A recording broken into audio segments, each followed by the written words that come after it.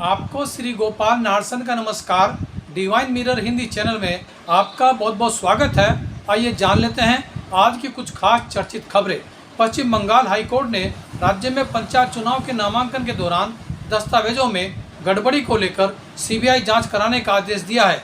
नामांकन के दौरान राज्य में भारी बवाल व हिंसा हुई थी, जिसके खिलाफ भाजपा व कांग्रेस ने मोर्चा खोला हुआ है। हाईकोर्ट का फैसला मुख्यमंत्री ममता बनर्जी के लिए एक बड़ा झटका माना जा रहा है। विपक्ष द्वारा ठुकराए गए बिहार के पूर्व मुख्यमंत्री जीतन राम मांझी ने आज दिल्ली में केंद्रीय गृह मंत्री अमित शाह से मुलाकात की। इस दौरान उनके बेटे संतोष सुमन भी मौजूद रहे। उनकी यह मुलाकात भाजपा के साथ मिलकर लोकसभा चुनाव लड़ने को लेकर हुई थी। जीतन राम मांझी बिहार में कम से कम 5 सीटें भाजपा से चाहते हैं।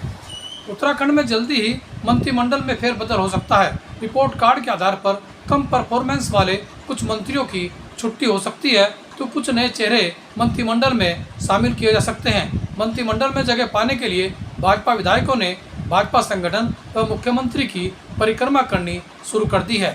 योग व ध्यान को लेकर किए गए एक सर्वे में पाया गया कि 35 वर्ष से 60 वर्ष तक की आयु के लोगों द्वारा 2 माह तक नियमित योग व ध्यान करने से 60% मधुमेह रोगियों की शुगर नियंत्रित हुई है। वहीं क्रॉनिक बीमारी से निपटने में प्राणायाम, धनुरासन व श्वासन लाभकारी है। बीपी नियंत्रण में भी योग कारगर भूमिका निभाता है।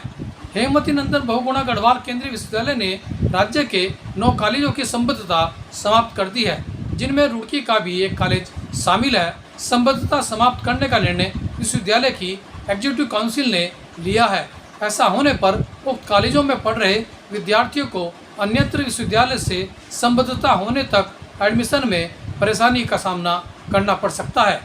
अंतर्राष्ट्रीय योग दिवस पर विभिन्न स्कूल कॉलेजों संस्थाओं द्वारा जगह जगह योग प्रदर्शन किया गया।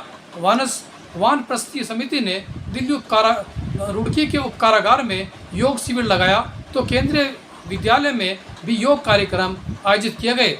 मदरहुड विश्वविद्यालय के कुलपति प्रोफेसर नरेंद्र शर्मा ने योग को स्वस्थ जीवन का आधार बताया और उन्होंने विश्वविद्यालय के विद्यार्थियों को योग कराया। मुंबई के निकट तारापुर एक ऐसी जगह है जहां परमाणु ऊर्जा का एक बड़ा केंद्र है। इसी के निकट बसा है उनभाट गांव, जो अरब सागर के तट पर है। इस गांव के समुद्र बीच पर अरब सागर की लहरें अटखेलियां करती हैं। समुद्र में जब ज्वार आता है तो समुद्र का पानी आसपास के खेत खलिहानों तक घुस आता है। देखिए इसी मनोरम समुद्री तट की कुछ खास झलकियाँ। आपको श्री गोपाल नारसन का नमस्कार। डिवाइन मेरे हिंदी चैनल में आपका बहुत बहुत स्वागत है। आज हम यहाँ भाभा परमाणु केंद्र के निकट उनभाट गांव में हैं। उनभाट गांव में ये समुद्र तट का किनारा है और किस तरह से हरियाली के बीच में जा रहे हैं और ये गांव के बीच से होकर के जा रहे हैं। छोटा सा गांव है उनभाट, और यहाँ पर देखिए कि जो नारियल के वृक्ष हैं किस तरह से लंबी कतारों में लगे हैं, और कुछ इमली के पेड़ भी हैं जो यहाँ पर किनारों पर लगे हैं। और एक विहंगम दृश्य है ये कि हम हरियाली के बीच से होकर के जा रहे हैं, और कहते हैं कि पूर्व प्रधानमंत्री चौधरी चरण सिंह ने भी कहा था कि खुशहाली का रास्ता खेतों और खलिहानों से होकर जाता है।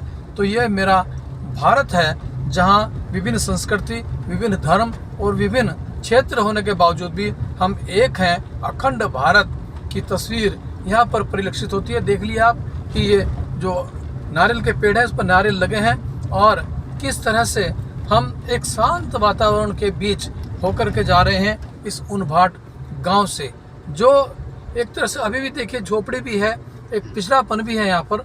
जो कहते हैं कि तरक्की, आज हम आज़ादी का अमृत महोत्सव मना रहे हैं, 75 वर्ष हो गए हैं, लेकिन इन गांव की दशा में कोई खास परिवर्तन नहीं आया है। अलबत्ता एक अभी टंकी जरूर बन रही है पानी की, लेकिन वो अभी प्रगति दूर है जिसकी हम परिकल्पना करते हैं। हम बीच पर जा रहे हैं और हमारी गाड़ी धीरे धीरे चल रही है यहाँ पर। तो आप देख रहे हैं कि हम, हालांकि सूर्य भगवान ऊपर से प्रकाश फैला रहे हैं, और हम इस समुद्र के तट पर हैं, उनभाट गांव के तट पर, जहाँ पर समुद्र की लहरें इधर अटखेलियाँ कर रही हैं। और जो जैसा आता है कि जैसे लहरें आएंगी तो ज्वार होगा, और फिर वो ज्वार भाटा का सीन है जो बहुत ही मनोरम दृश्य हमें दिखा रहा है। ज्वार, ये समुद्र का जो पानी है ये अपने किनारों की तरफ बढ़ रहा है लगातार ज्वार के रूप में, और ये प्रोसेस है और कुछ देर बाद हमारे ऊपर भी ये जो जहाँ हम खड़े हैं यहाँ भी पानी आ जाएगा। हर बार की जो लहर आती है वो पानी को आगे लेकर आ रही है। तो आप देख रहे हैं ज्वार का सीधा प्रसारण। आप ये इस समुद्र में देखिए, लहरें आ रही हैं और ये किनारे को आगे गीला करती जाएंगी और ये एक के बाद एक ये लगातार बढ़ती रहती हैं और ये 250 मीटर तक आगे बढ़ जाती है। बहुत लंबा किनारा है, कई किलोमीटर तक के क्षेत्र को ये पाटती है और जैसे आ रही हैं समुद्र की लहरें बड़ी तेज़ से आ रही हैं और ये हम लोगों को भी जो पानी बड़ी तेज़ से देखिए आप आ रहा है और ये किनारों पर बढ़ता जा रहा है। यही ज्वार है, ज्वार भाटा इसी कहते हैं। देखिए फिर बढ़ गया, आप आग लगा आ गया। तो अब हम चलिए, अब हमें चलना चाहिए क्योंकि ये किसी खतरे का सबब है और इसमें चूँकि लगातार आगे बढ़ रहा है, इसलिए हम अब चलते हैं और ज़्यादा रिस्क नहीं लेना चाहिए। आप डिवाइन मिरर के लिए श्री गोपाल नार्सन।